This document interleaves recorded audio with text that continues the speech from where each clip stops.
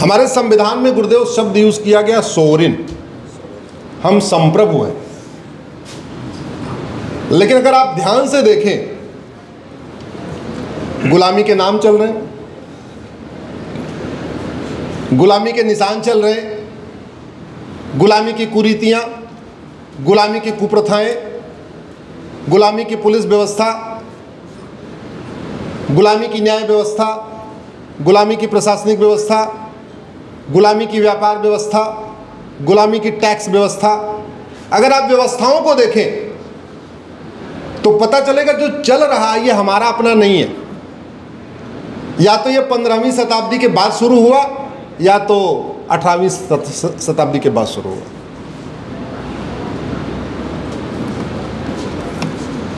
अंग्रेजों ने 1860 में इंडियन पिनल कोड बनाया, 1861 में पुलिस एक्ट बनाया, 1872 में एविडेंस एक्ट बनाया, ऐसे एक एक करके कानून बनाते चले गए। अब उससे हमें मुक्ति मिलेगी। इसमें 5-6 बड़े अच्छे काम हो गए हैं। पहली बात तो कई अपराधों को इसमें शामिल कर लिया गया जो अलग अलग थे, जैसे अलगाववाद को भी इसमें ले लिया है, आतंकवाद को भी इसमें ले लिया है, तारीख पे तारीख रोकने के लिए टाइम बाउंड जजमेंट सिस्टम दे दिया है। पुलिस अनलिमिटेड समय तक टाइम जांच करने नहीं करेगी, बल्कि एक टाइम के विदिन चार्जशीट फाइल कर देगी। जो नए नए तरीके के अपराध हो रहे हैं उससे निपटने के लिए इलेक्ट्रॉनिक एविडेंस को भी अब एविडेंस मान लिया गया। हमारे देश में पहले इलेक्ट्रॉनिक एविडेंस माना नहीं जाता, आज भी नहीं माना जाता है। 1 जुलाई के बाद माना जाएगा। 1 जुलाई के बाद आपकी व्हाट्सएप की चैटिंग, 1 जुलाई के बाद आपकी फेसबुक की चैटिंग, 1 जुलाई के बाद झूठ बोलने पे आपका टेस्ट भी किया जा सकता है। 1 जुलाई के बाद आपकी जो है नार्को का जो रिजल्ट आएगा उसको भी एविडेंस माना जा सकता है। 1 जुलाई से सब बदलने वाला है। एक बड़ा फायदा ये होगा कि कई बार ऐसा भी देखा गया कि पुलिस 8 महीने, 9 महीने, 10 महीने तक जांच करती रहती है, कोई लाइबिलिटी नहीं है। तो पुलिस की लाइबिलिटी, पुलिस की अकाउंटेबिलिटी, पुलिस की रिस्पॉन्सिबिलिटी फिक्स की गई है।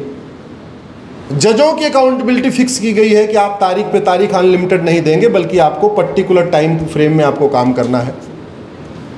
सुनवाई पूरी करने के बाद फैसला देने के लिए भी एक टाइम फ्रेम कर दिया गया कि आपको फैसला इतने दिन में दे ही देना है।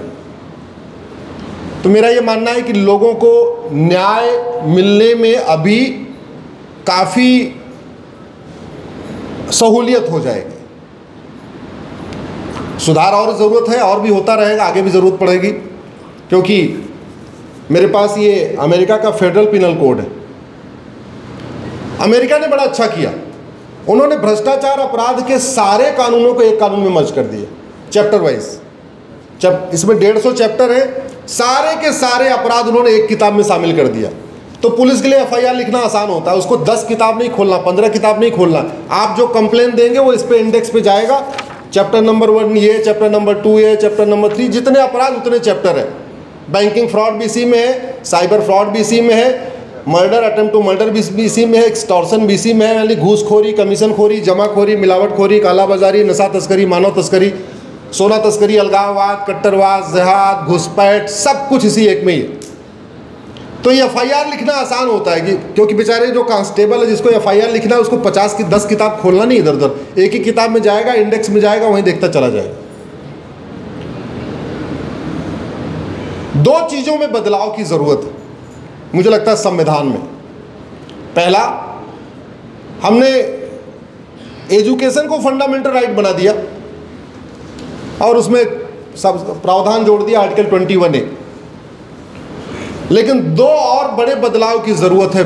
दूसरा होना चाहिए right to health. Supreme court कई बार कह चुका है कि right to health fundamental right है, लेकिन स्पेशली उसके लिए संविधान में कोई प्रावधान नहीं है। मुझे लगता है article 21A right to education है, तो article 21B right to health होना चाहिए और article 21C right to justice होना चाहिए। ये 2 बदलाव की ज़रूरत है। हेल्थ और जस्टिस, इसको फंडामेंटल राइट डिक्लेयर करने की ज़रूरत है। वैसे इनडायरेक्टली दोनों फंडामेंटल राइट है। सुप्रीम कोर्ट कई बार कह चुका है ये फंडामेंटल राइट है, बहुत सारे इस पर जजमेंट है, लेकिन बाकायदा स्पेशली नहीं हमारे संविधान में कहीं लिखा है कि right to health fundamental right है और right to justice fundamental right है। और जस्टिस भी कैसे? Justice within year, unlimited नहीं। हमारे प्राचीन जो जस्टिस सिस्टम है, आपके यहाँ तो गुरुदेव इसका भी कोर्स चल ही रहा है, अगर आप पहले जाएं तो देखें हमारे यहाँ देश में जस्टिस विद इन आवर होता था। छोटे मुकदमे 1 घंटे के अंदर जस्टिस विद इन आवर।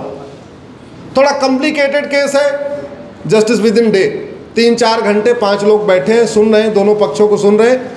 सुबह 10 बजे पंचायत शुरू हुई तो शाम को 4-5 बजे उठते उठते जस्टिस विद इन डे हो गया। और कॉम्प्लिकेटेड केस था तो जस्टिस विद इन वीक। सोमवार को भी बैठे, मंगलवार को भी बैठे, बुधवार को बैठे, ज्यादा से ज्यादा 4-5 दिन बैठे और फैसला हो गया। मुझे आचार्य चाणक्य तक और इवन छत्रपति शिवाजी महाराज का जो जस्टिस सिस्टम था, वहां तक कभी मुझे जस्टिस विद इन मंथ नहीं दिखाई पड़ा कि किसी मुकदमे की सुनवाई 1 महीने तक चली, ऐसा मुझे नहीं है। अगर आप लोग कोई ध्यान में हो कोई केस ऐसा चाणक्य तक हुआ हो तो मुझे नहीं आइडिया है, लेकिन मुझे ऐसा केस दिखाई नहीं पड़ा। 1-2 केस हुए हैं जो 1-8 महीने चले हैं, वो भी छत्रपति शिवाजी महाराज के समय में, उसका एक उल्लेख आता है। लेकिन हमारे देश में कभी जस्टिस विद इन ईयर नहीं होता था, यानी जस्टिस विद इन आवर होता था, जस्टिस विद इन डे होता था, जस्टिस विद इन वीक होता था, और मैक्सिमम एक्सट्रीम कंडीशन में जस्टिस विद इन मंथ होता था। और आज की डेट में जस्टिस विद इन डिकेड होता है। तब भी नहीं हो रहा, तब भी नहीं हो रहा। जौनपुर में सर एक केस चल रहा है 10 बीघे जमीन का, 1985 में शुरू हुआ, 2024 कंप्लीट हो गया, 39 साल पूरे हो गए, 40वां साल शुरू हो चुका है। 10 बीघे जमीन में केवल यह सिर्फ प्रूव होना है कि किसकी वसीयत असली है।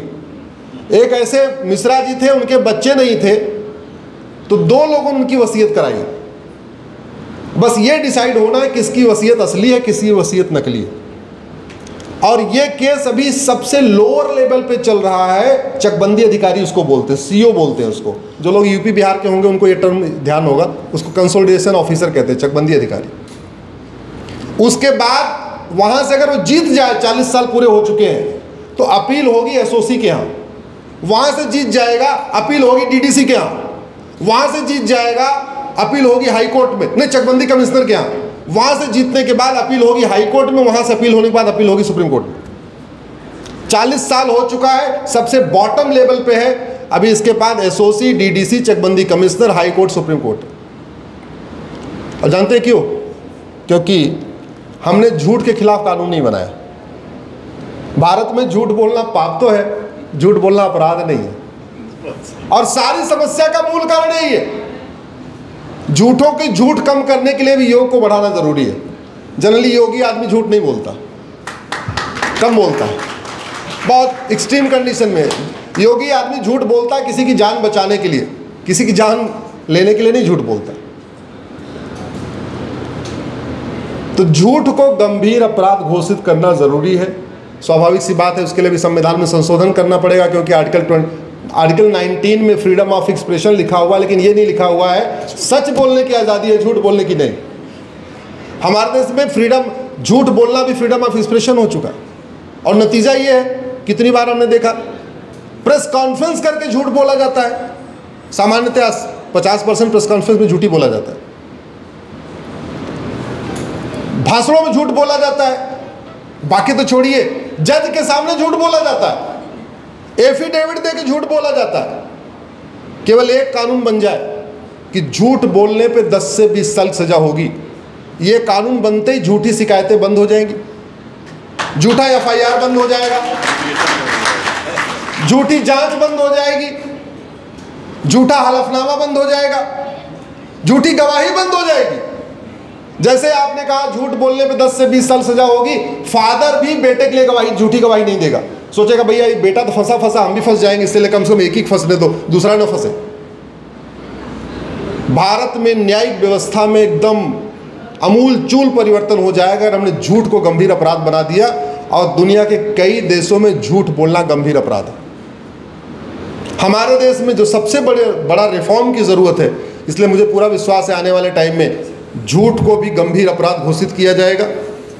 क्योंकि आज की डेट में 5 करोड़ मुकदमे गुरुदेव district court, high court, supreme court में चल रहे हैं। एक केस से अगर एक परिवार परेशान है तो अमूमन एक परिवार में 6 आदमी मान के चलिए, माता पिता, पति पत्नी और 2 बच्चे, तो 30 करोड़ लोग मुकदमों से टेंशन में।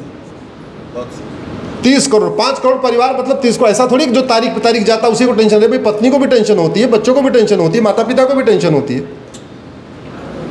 तो ये right to health, right to education, right to justice, इस पे बहुत काम करने की ज़रूरत है।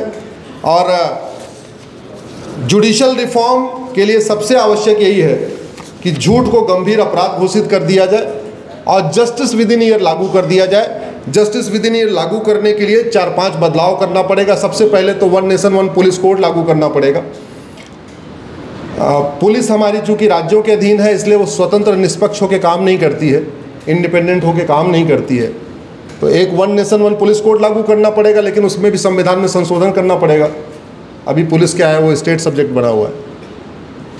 1 नेशन 1 जुडिशियल कोड लागू करना पड़ेगा, उसमें भी संविधान में संशोधन करना पड़ेगा। 1 नेशन 1 एविडेंस कोड लागू करना पड़ेगा, झूठ को गंभीर अपराध घोषित करना पड़ेगा, तो आर्टिकल 19 और आर्टिकल 20 को बदलना पड़ेगा। इतना हो जाए, लोगों के जीवन में बहुत आराम आ जाएगा, लोगों की जीवन में खुशहाली बढ़ जाएगी। और हम जिस राम राज्य की स्थापना की सोच रहे हैं और हम जो राम राज्य की बात करते हैं, उसमें 3 महत्वपूर्ण चीज़ों में हमें बदलाव करना पड़ेगा: एजुकेशन, हेल्थ और जुडिशरी।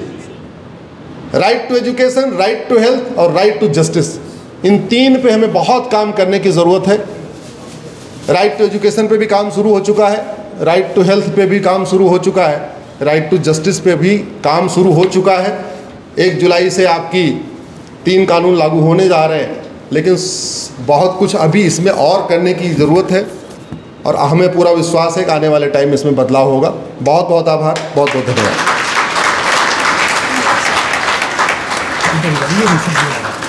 सामने से